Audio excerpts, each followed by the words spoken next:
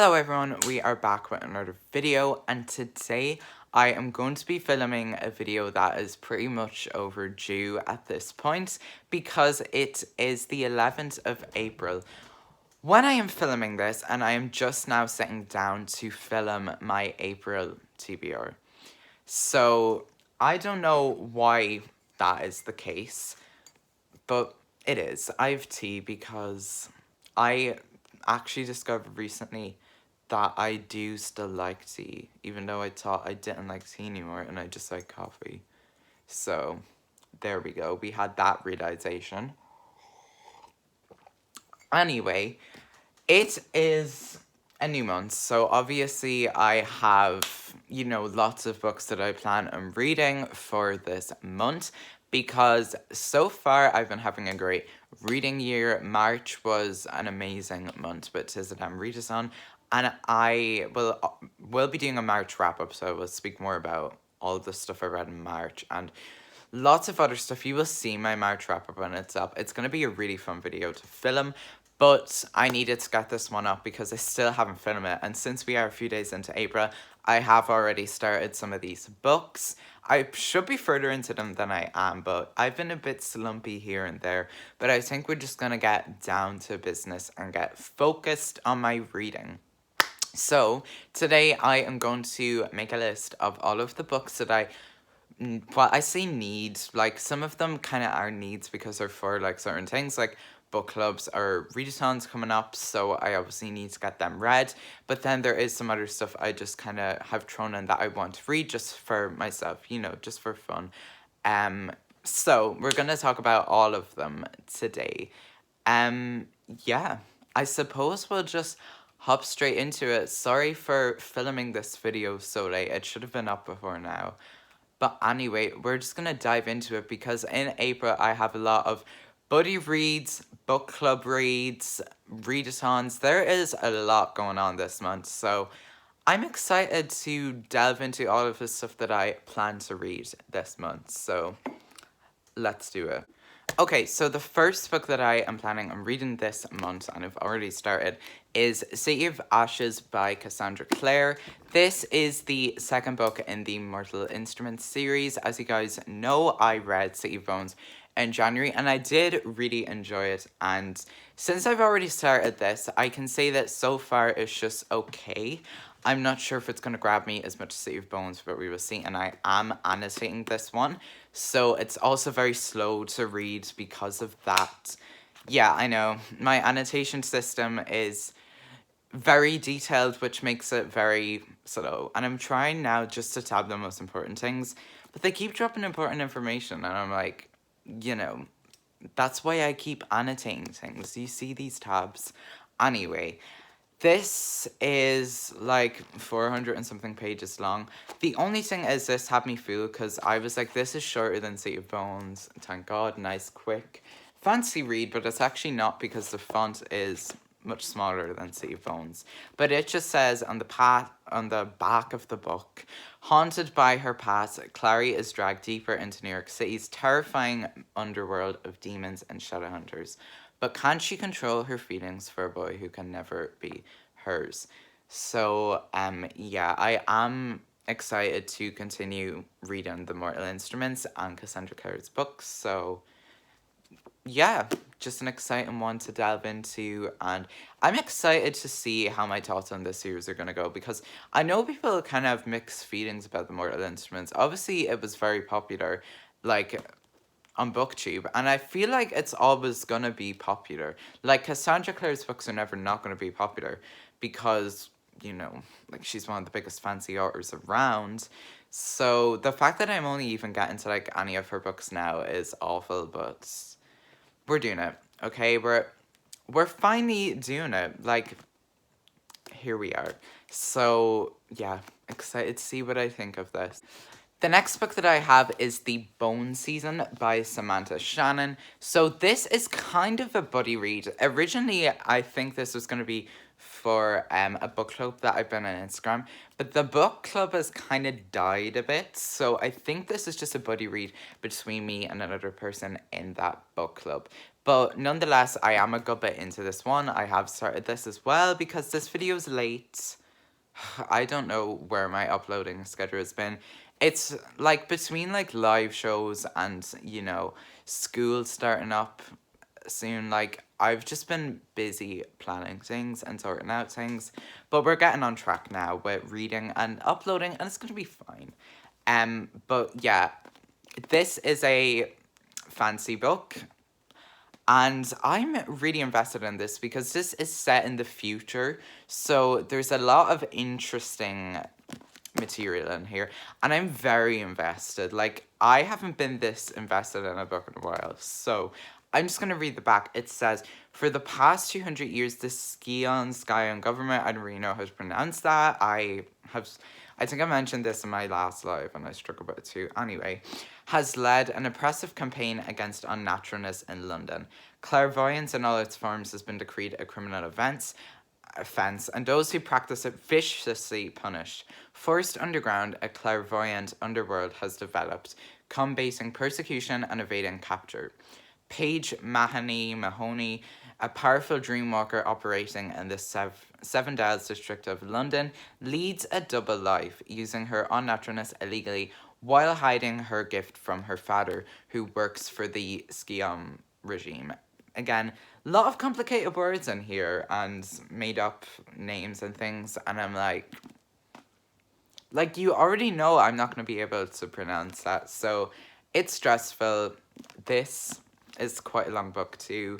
So I did also read the prequel to this, which was The Pale Dreamer, because it was included in the back of my book. And I really liked that. I will say the Bone season has been very different to that so far, apart from the same protagonist, but it's definitely different vibes. So I'm very here for it. And the main character is Irish, which I did not know, so I'm so here for this. Okay, so then the next book that I have is The Book Thief by Marcus Zusak. This is a buddy read, but it's not like a buddy read. It's like with any, other booktubers or bookstagrammers. It is a buddy read with an in real life friend. But I did start this and we haven't continued it. I don't know why, because I have things to read, so the other person will need to continue this so I can read it. If not, I'm just going to read it myself anyway, but I'm nervous about this book because I've heard that it has broke people. So, and as you guys know, I read Me Before You last month, which left me absolutely devastated. So I just don't know if I can take any more pain right now. I can't honestly. But it says on the back, this is the tale of the book thief as narrated by Det. And when Det tells a story, you really have to listen. It's just a small story, really about, amongst other things, a girl, an accordionist, some fanatical Germans, a Jewish fistfighter, and quite a lot of thievery. So all I know about this is I guess this is kind of historical fiction because it is set during World War II. And I just know that it follows a girl who steals books and reads them during the war. That is literally all I know. I'm such trash, but that's like all I know. So there we go. Very excited about this book, even though I'm not excited to cry because I probably will, but I'm excited to read it. So I do have like 2 ebooks / audiobooks that I want to mention. I'm just going to move over a bit so I can put them on screen. But so the first one that I have is one that I tried to start last month, and it is Poisoned by Jennifer Donnelly. I started the audiobook for this last month because I got it from the library, and I was finding it hard to get into it. So basically, all I know about this book is that it is a retelling of Snow White, probably darker and more modern than the original Snow White story, which I do like retellings, but I'm just not sure if I'm gonna like this. So what I've done is I've gotten the ebook as well, because I feel like maybe I couldn't get into it is because I was listening to the audiobook while journaling, which usually works, but the audiobook just wasn't grabbing me, so I ended up just journaling and not really paying attention to it as much as I normally do. So I'm gonna obviously try it again, and if I'm still not vibing with it, probably DNF it. Which sounds a bit crazy because I literally listened to 30 minutes of the audiobook. But still, that was enough for me to be like, I don't know if I want to listen to this. But we shall see. So maybe I will like it the second time I try it, maybe not. The next one that I'm going to mention is one that I want to read so I can watch the movie adaptation. And it's like the Enola Holmes book. I forget the name. You'll see it on screen here. I just want to read this because I got the ebook for it and I'm hoping it can be a quick read that I can just snap in so I can watch the movie, because I've been meaning to watch the movie for ages, like, because Millie Bobby Brown is in it and I love Millie Bobby Brown. I think Henry Cavill is in it. I'm not too sure. You'll see it on screen here. So I did rent this from the ebook, from the library as well as an ebook, and I probably will read this one this month. So there you go. Those are the two audiobooks and ebooks that I wanted to mention. Okay, so next I'm going to talk about a readathon that I am very excited about, because my friend Sarah from Sarah's Shelves is hosting this readathon throughout, a couple of days this month. I know it starts on the 19th. Forgot which day it goes to, but I think it's like 10 days long.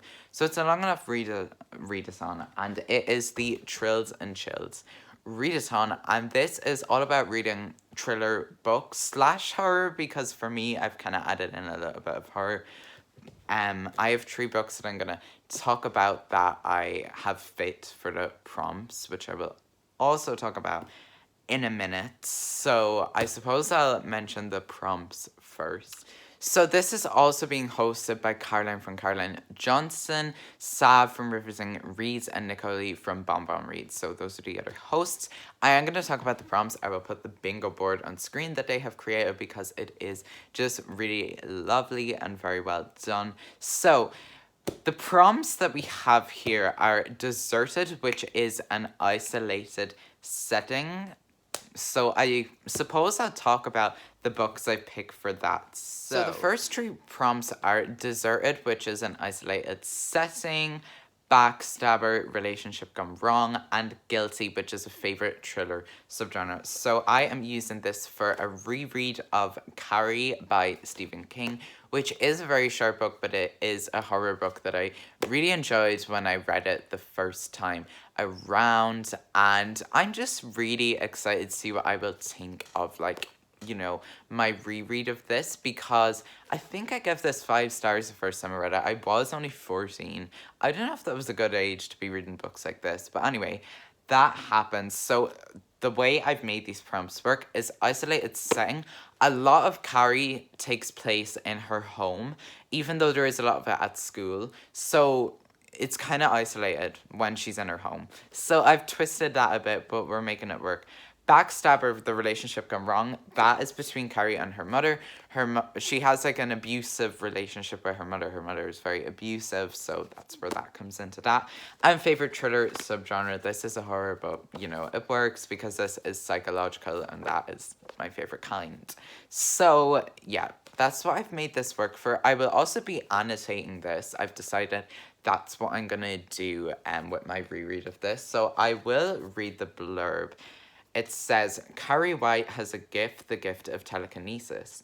To be invited to prom night by Tommy Ross is a dream come true for Carrie, the first step towards social acceptance by her high school colleagues. But events will take a decidedly macabre turn on that horrifying and endless night as she is forced to exercise her terrible gift on the town that mocks and loathes her. So I did really like this first time around. Interested to see what I will think of it upon rereading it. So then the next prompts that I have are, well, for like the next book that I'm going to hold up, are Gaslight, which is unreliable narrator, Nail Biter, 5-star prediction, and under the influencer recommendation. Okay, yes. So for this, I am going with You by Carolyn Kepnes. Most of you might, well, I say most of you, some of you might be familiar with the Netflix show of this, which I have watched and really enjoyed, but I haven't read the books that it is based on. So I want to at least read You and see what I think of it, because even though it was really dark and terrifying, I loved You. It was So, such an interesting show and story. So I'm very interested to see the source material for this because it's just such an interesting story to me, and the way that it's you kind of start to feel things for this character, even though you know that that character is a bad person, but yet you still feel empathetic towards them at certain points. And it's kind of weird. So, as I said, I'm using this for unreliable narrator because the narrator of this book is a stalker. So, very unreliable. 5-star prediction because I feel like this is going to be 5 stars for me. An influencer recommendation because my friend Braden from Braden's All About Books, he mentioned this in a video and he's just recommended it to me. So that's why I'm reading it mainly. So I'm very excited to see what I think of the source material of this show. So it says on the back, Joe Goldberg is handsome, charming, and ready to fall in love.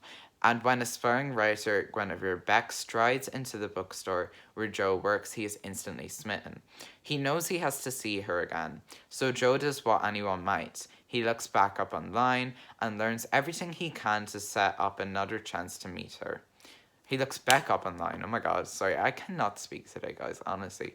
Their chemistry is immediate. It seems like the perfect romance, but there's more to Joe than Beck realizes, and more to Beck than Joe could ever guess.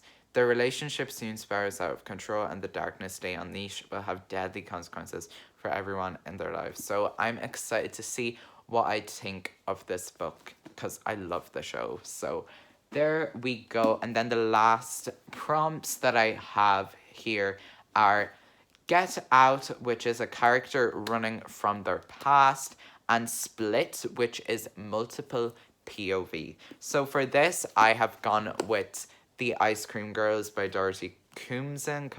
I don't really know how to pronounce her surname, but I know that she is a best-selling thriller author. This was a book that I was gifted, and I am excited to see what I think of this. I think there might have been a show of this, if I'm correct. But yeah, character running from their past. The two characters in this are basically running from their past the whole time because of like murders they were accused of, so they're trying to run away from that. And it's told in multiple POV. It's told from the two perspectives of the sisters in this book. So I'm just going to read the blurb here. It says, Serena and Poppy were teenagers when they were branded as the Ice Cream Girls. When they were accused of murder, one of them was sent to prison while the other was set free.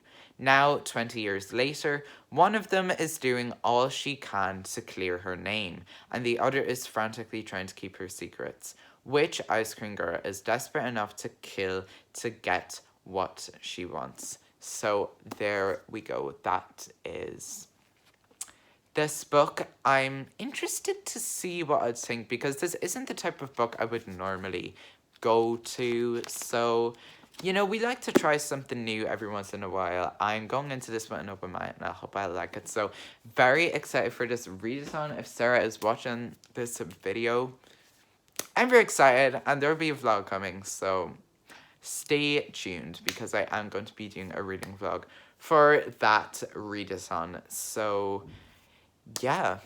Okay, so then I just have two last little things that I want to mention because like these are not priorities. They're just books I'm setting there if I need something to read. I'm not using the TBR this month because I need to update it and things and get it sorted. For next month, I probably will use it for May. If I do need to get like a book at any point, even if it wasn't on my TBR, I will use the TBR jar. So I just have two little short things here that I wanted to mention. The first is Struck by Lightning by Chris Colfer. This is a book that I was going to read at the start of the month for 48-hour readathon and I didn't, but I still really want to read it now this month because I got the audiobook from Audible, so I kind of just want to read it now. And it's a very short book. I obviously love Chris Colfer. He was Kerhummel in Glee, for people who don't know. But he is a very well-known author as well. So I want to get into his books. I'm starting with this because I want to read this and watch the movie of it. So it says on the back, Carson Phillips is at the bottom of the food chain in a high school filled with people he hates, stuck living with his depressed single mother in a small-minded town at the centre of nothing and nowhere. He has just one goal, escape to Northwestern University and a career as a hard-hitting journalist.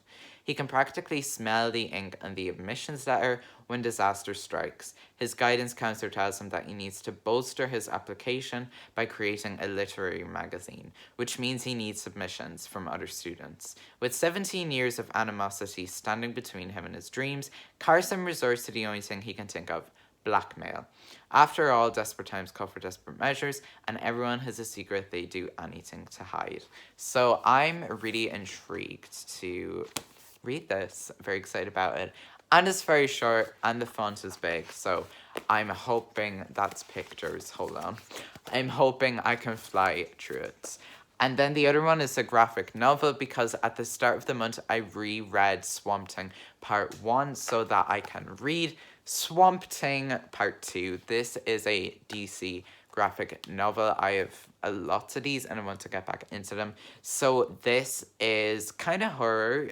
It's very different to anything else DC. It's not superheroes, any of that. It's like a dark horror story. And I reread the first one because I did not remember it at all, because it was ages ago that I read that, like years and years. So it was really good, really dark, pretty scary, but I liked it a lot. So this one seems a little bit bigger, but they're still very quick to read because they're graphic novels. There is not much words on the page, so you know that is some dark stuff I was showing there.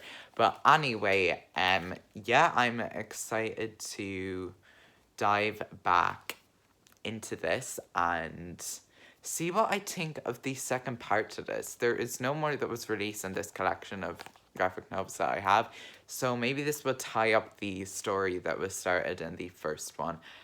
These are like DC comic graphic novels. They just basically pair up like a bunch of different issues of comics together that have an ongoing storyline, and this one is very interesting, so I'm excited to see what I think. And with that, that about wraps up my April TBR video. I hope that you guys enjoyed this video. I'm excited for all the stuff I have going on this month. It's going to be a good reading month. I can feel it, okay? And if it isn't, you guys can, you can call me out on it if it isn't, but I feel like it's going to be. Yeah. Thank you guys for watching this video. I hope that you enjoyed, and I will see you all in my next one. So goodbye.